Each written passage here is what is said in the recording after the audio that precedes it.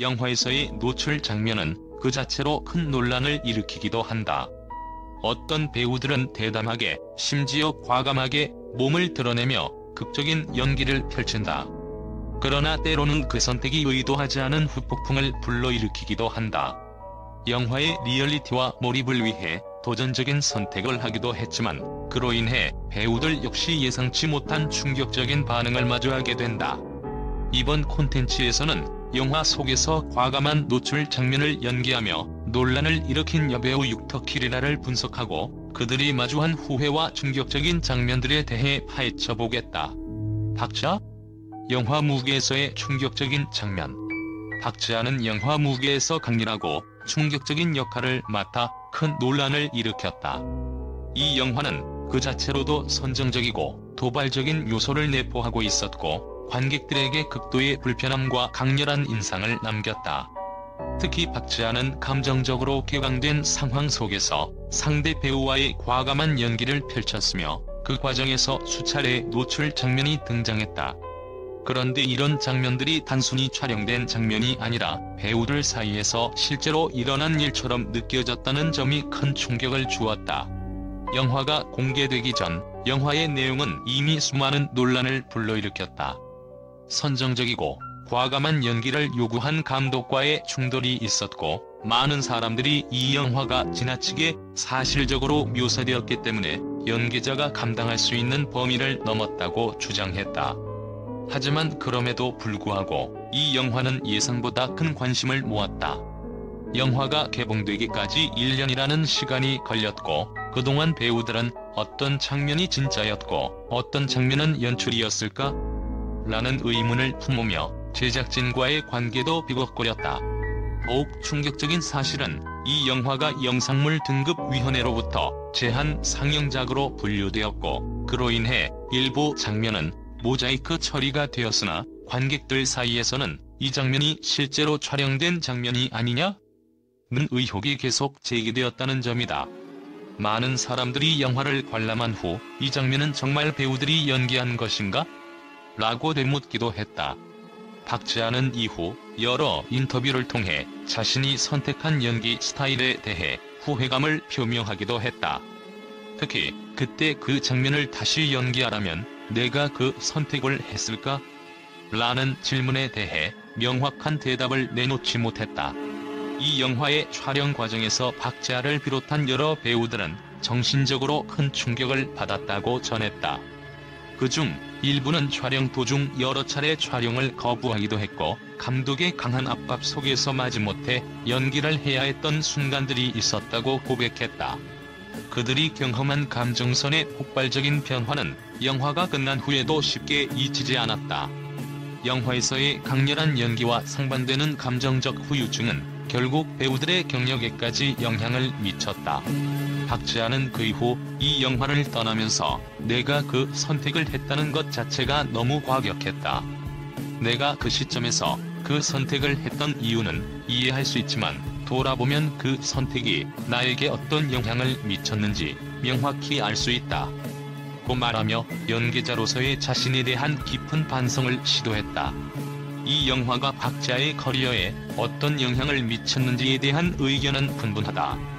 일부는 그녀의 연기가 뛰어났다고 칭찬했지만 다른 이들은 그녀가 연기와 현실을 구분하기 어려운 경계에 들어섰다고 지적했다. 이 영화는 그 자체로도 충격적인 작품이었지만 그 촬영 과정에서 벌어졌던 논란과 배우들의 후유증은 지금도 그 여파가 계속되고 있다. 박지아는 결국 영화의 리얼리티를 살리기 위한 지나친 도전이 결국 그녀의 연기 경로에 크고 작은 상처를 남겼다는 사실을 인정하며 이를 극복하려는 노력을 지속하고 있다. 이지연? 미인에서의 파격적인 노출 연기와 몸매의 경계선. 이지연은 영화 미인에서 파격적인 노출 장면을 선보이며 대중들의 이목을 집중시켰다. 그 당시 그녀의 등장만으로도 많은 사람들의 관심을 끌었고 영화는 한편의 예술작품이라기보다는 육체적인 관계와 강렬한 감정을 강조한 내용으로 화제를 모았다. 이지연의 몸매는 영화의 핵심적인 마케팅 포인트로 활용되었으며 그로 인해 사람들의 시선은 자연스럽게 그녀의 외형에 집중되었다. 영화 속에서 남녀 주인공은 육체적인 합력을 보여주며 그 과정에서 이지연은 감정적인 몰입보다는 신체적 표현을 중심으로 연기를 이어갔다. 영화는 단순히 이야기의 흐름이나 캐릭터의 감정선보다 물리적 관계와 강렬한 신체적 상호작용에 초점을 맞췄다. 이지연은 그런 연기를 통해 몸매를 전면에 내세우며 그때마다 뜨거운 논란을 일으켰다. 사람들은 그녀의 아름다운 몸매에 대해 이야기했고 그 외적인 요소가 작품에 덧붙여진 것처럼 보였다. 미이는 스토리의 빈틈을 강한 시각적 자극으로 채운 작품이었고 이지연의 역할은 그 중심에 있었다. 하지만 그 성공적인 흥행 뒤 이지연은 자신이 받았던 관심과 흥행을 오히려 무겁게 느꼈을지도 모른다. 후속작에서는 그녀가 그토록 원했던 연기자로서의 성공을 이어가지 못했다. 대중은 그녀의 외모를 기억했지만 연기력에 대한 평가는 점차 흐려졌다. 이지연은 나중에 인터뷰에서 내가 가진 강점을 최대한 활용했지만 그것이 결국 연기자로서의 성과를 방해했다라고 고백하며 그때의 선택에 대해 깊은 고뇌를 털어놓았다. 그녀가 말하는 강점은 단순히 육체적인 매력이었을지 모르지만 그것이 그녀의 연기 내면을 가리게 만들었다는 것이다. 그녀의 고백은 단순한 후회가 아니었다. 그것은 그녀가 배우로서의 정체성에 대해 깊은 고민을 하게 만든 중요한 순간이었다. 미인에서의 노출 장면은 그 자체로 강렬하고 도발적이었다.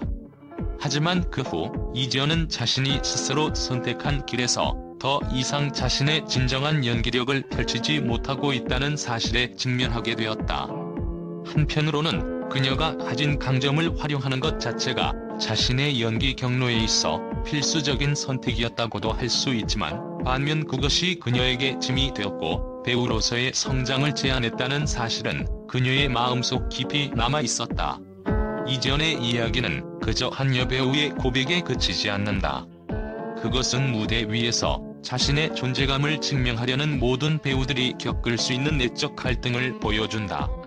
외적인 아름다움이나 강점을 무기로 사용할 수 있는 기회가 주어진다면 그것이 반드시 연기라는 본연의 목적과 일치하는지에 대한 고민은 더욱 복잡해진다. 결국 이지연은 미인에서의 도전적인 역할을 통해 몸과 감정의 경계선에서 균형을 잡아가야 했고 그 결과는 그녀에게 큰 교훈을 안겨주었을 것이다. 그녀의 진정한 연기자로서의 성과는 이지연이 외적인 아름다움을 넘어서 자신만의 내면을 온전히 보여줄 수 있는 작품에서 빛을 발할 것이다. 하지만 그 전까지 그녀는 미인에서의 기억을 안고 그 당시 선택이 남긴 흔적들을 마주하며 배우로서의 길을 걸어가야 했다. 오인의 붉은 박스 검은 웨딩에서의 충격적인 역할. 오인혜는 붉은 박스 검은 웨딩에서 불륜녀 역할을 맡으면서 영화계에서 또 다른 논란을 일으켰다. 그러나 이 논란은 단순히 연기의 영역을 넘어서 그녀의 인생과 경로에 깊은 흔적을 남기게 되었다. 이 영화에서 오인혜가 연기한 캐릭터는 단순히 성적 매력만을 강조하는 인물에 그쳤다. 60세를 바라보는 남자 주인공과의 불륜을 그린 이 영화는 그 자체로 선정적이고 자극적인 장면들로 가득 차 있었다. 특히 오인의 역할은 단순히 한 여성의 감정선이나 이야기의 일부로 그려지지 않고 상업적 목적을 위한 도구로서 소비되었다. 영화의 전개는 극히 상업적인 방식으로 성적 매력을 내세운 장면들로 이루어졌고 많은 이들이 이 장면들에 대해 실제 촬영이 아니냐는 의혹을 제기했다. 영화의 홍보 또한 선정적인 요소에 집중되었으며 이는 관객들의 기대감을 자극하기 위해 의도적으로 활용된 측면이 있었다. 오인혜는 이러한 상황을 받아들이며 연기자로서의 자아를 잃어가는 듯한 기분을 느꼈다.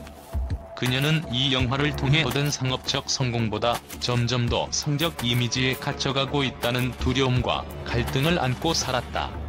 그리고 그녀의 내면에는 그러한 역할이 마치 자신의 연기 인생을 가로막는 장애물처럼 다가왔을 것이다.